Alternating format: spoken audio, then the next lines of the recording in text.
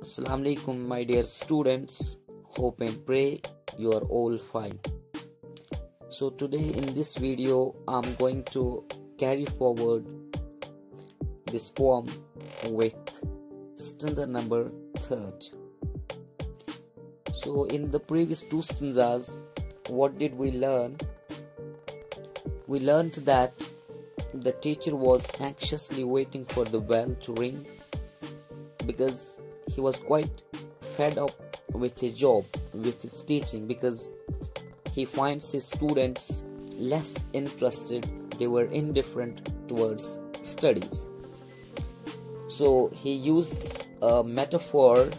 He compares his students with hounds, with hunting dogs. But students, the metaphor does not stop at one comparison. It continues through the verse. It continues throughout the poem. So it's therefore a sustained metaphor, or we call it an extended metaphor. So extended metaphor का इस्तेमाल किया है यहाँ पर poet ने. So extended metaphor का मतलब होता है a metaphor that remains throughout the poem. ठीक है, इसको sustained metaphor भी कहते हैं.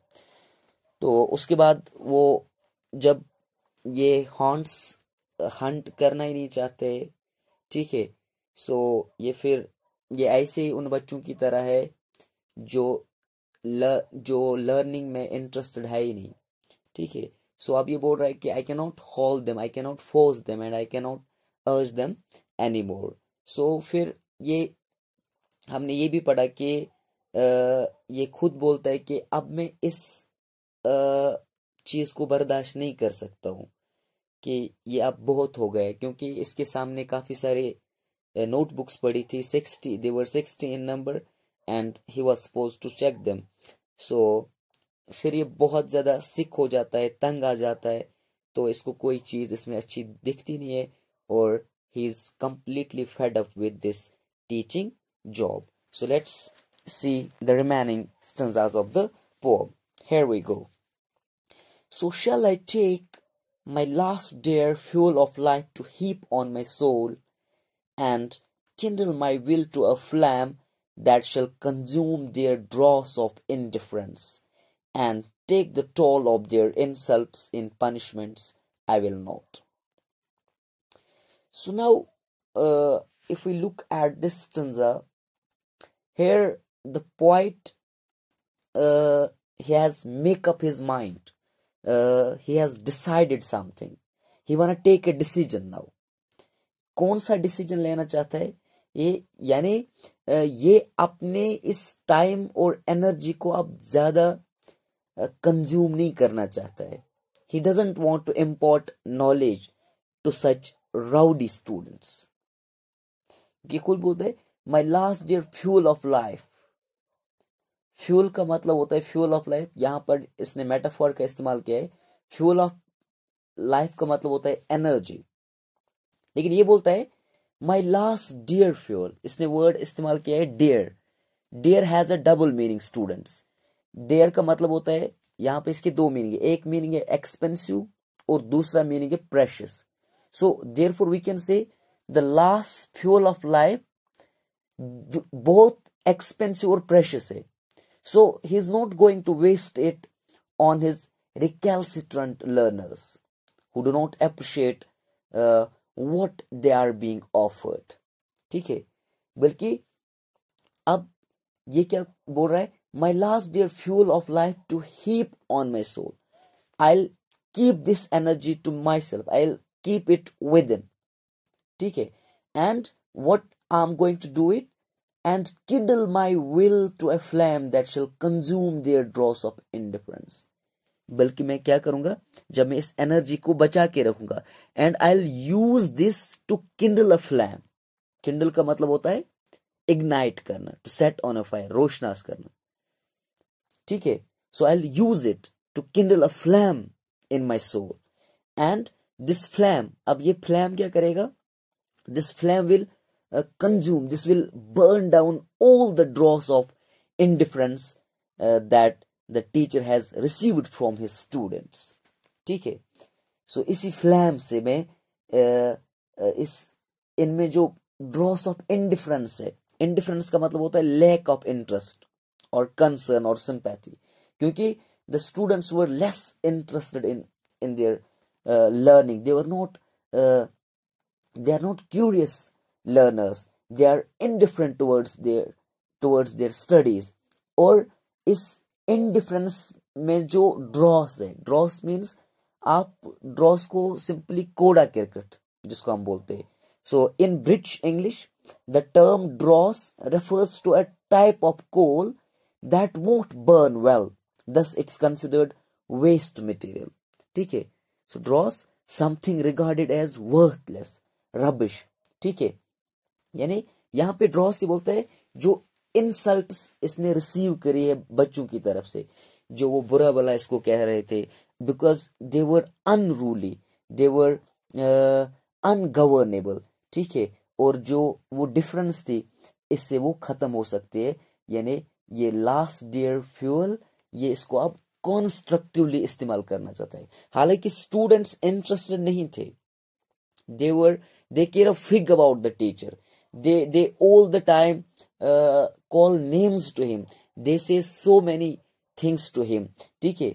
और अब इसी फ्यूल को ये इस्तेमाल करना चाहता है, यानी अपने सोल के लिए.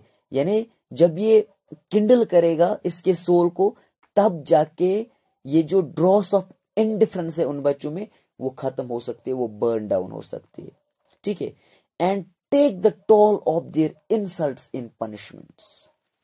अब बच्ची ने तो गलतियां करी है, उनने बहुत कुछ इंसल्ट्स किए टीचर को. Now they have to bear the consequences. अब यहां पे ये डिसाइड करता है कि अगर उन्होंने गलती करी है तो बदले में उनको सजा भी मिलेगी. फॉर एग्जाम्पल यहाँ पे इसने वर्ड इस्तेमाल किया है टॉल. यहाँ पे ये मेटाफर का इस्तेमाल कर रहा है. You can take it as a metaphor as well. So toll actually literally it means it's a kind of tax that has to be paid for using a particular road. ठीक है. जब आप road इस्तेमाल करते हो तो उसके लिए आपको टैक्स देना पड़ता है, उसी को हम बोलते हैं टोल. ठीक है. यानी यहाँ पे टीचर ने अपने आप को प्रोजेक्ट किया है एज रोड, जिस पर इन बच्चों ने काफी सारी इंसल्ट्स फैरी करी है. ठीक है. यानी और जब उन्होंने काफी सारी इंसल्ट्स करी है, बहुत कुछ बुरा भला कहा इस टीचर को, नाउ दे हैव टू पे the toll in the form of punishment. In simple words हम ये कह सकते थे, ये जो स्टूडेंट्स थे वो टीचर को काफी ज्यादा इंसल्ट कर रहे थे, and the teacher would punish them in return. ठीक है. I will not waste my soul and my strength for this. अब ये बहुत ज्यादा डिटर्मिनेड है. He is now very much determined that he is not going to waste his further energy. अब मैं अपनी ताकत और अपने रूह को बेकार काम में जाया नहीं करूंगा. What do I care for all that they do, MS?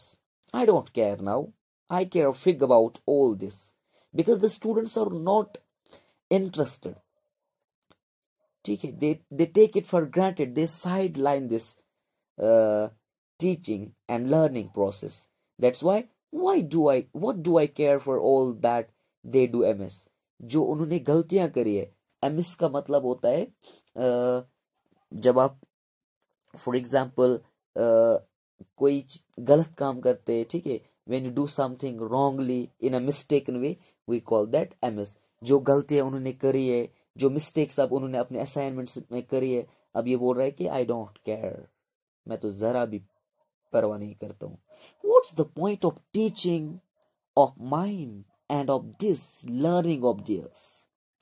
he is thoroughly disgusted with his teaching and their learning. क्योंकि इसको अब कोई पॉइंट दिखता ही नहीं है, मैं क्या पढ़ाऊंगा ऐसे बच्चों को जो पढ़ना ही नहीं चाहते.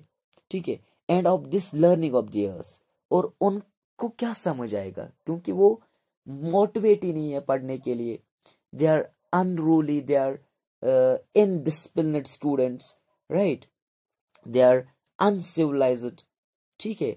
सो ये जो this teaching and learning, it's a two-way process.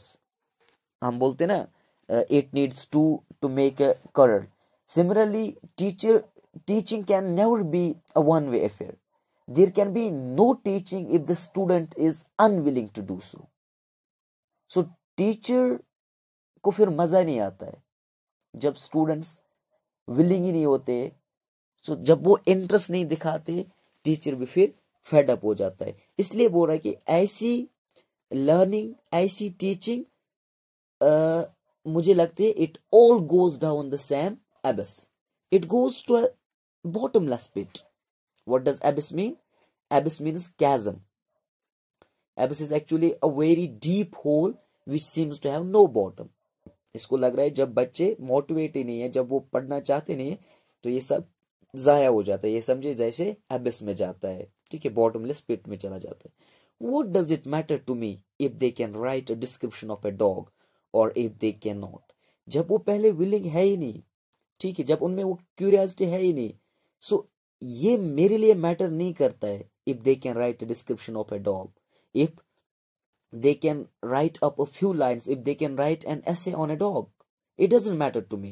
And if they cannot, still it doesn't matter to me, because they are indifferent towards their studies, they are lazy, they are lethargic, right? What is the point to us both? इसको कोई point दिखता ही नहीं है, ना तो अपने लिए ना तो अपने स्टूडेंट्स के लिए. It's all my out. It's simply nonsense. It's craziness. I don't care. It's all my own. I don't care. And yet I'm supposed to care with all my might.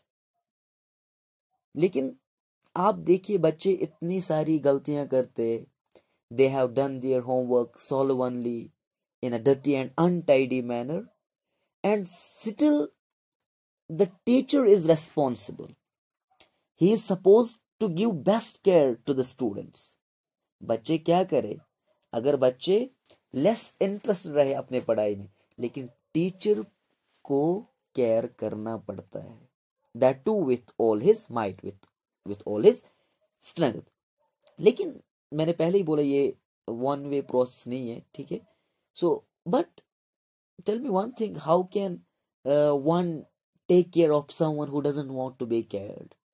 Similarly how can one teach someone who doesn't want to learn anything? ठीक है. सो लेकिन फिर भी हमने ज्यादा ही, फिर हम teacher को ही ज्यादा कसूरवार ठहराते हैं, ठीक है. आई डू नॉट, मैं तो ऐसे बच्चों को नहीं पढ़ाऊंगा. The teacher doesn't want to teach such students and will not, कभी नहीं पढ़ाऊंगा, फ्यूचर में भी कभी नहीं पढ़ाऊंगा. They won't, because they are not going to learn it, and they don't, वो अभी भी नहीं पढ़ते, and that's all. This is it. I shall keep my strength for myself, they can keep theirs as well.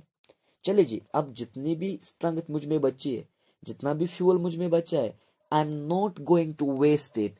I am no longer going to consume my time and energy in imparting knowledge to such unruly and uncivilized students, but I'm going to keep this strength for myself and they can keep theirs as well. वो तो अपनी strength अपने पास रख सकते.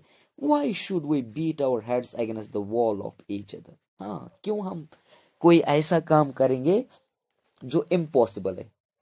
Beat our heads against the wall, it's also a metaphor. It means try to do something impossible. कोई ऐसा काम करना जो बहुत ज्यादा मुश्किल होता है. सो इसका मतलब होता है हम अब अपने सरों को एक दूसरे की दीवार से क्यों टकराए, क्यों करें हम ऐसा? I shall sit and wait for the bell. Now he has ultimately make up his mind that he will wait, and after that he's still waiting for the bell. तो तब जाके ये weariness खत्म हो सकती है. So this is all about the poem. I hope you have understood it. But before concluding the poem, I want to tell you a few things, and this especially for teachers, that in order to make the teaching learning process a success, a teacher should first of all create a home atmosphere in the school that's conducive to learning and not an abnormal environment. Students must be eager to attend school rather than tug the leash. If a teacher fails in his first or second attempt, he must not lose his heart but try again.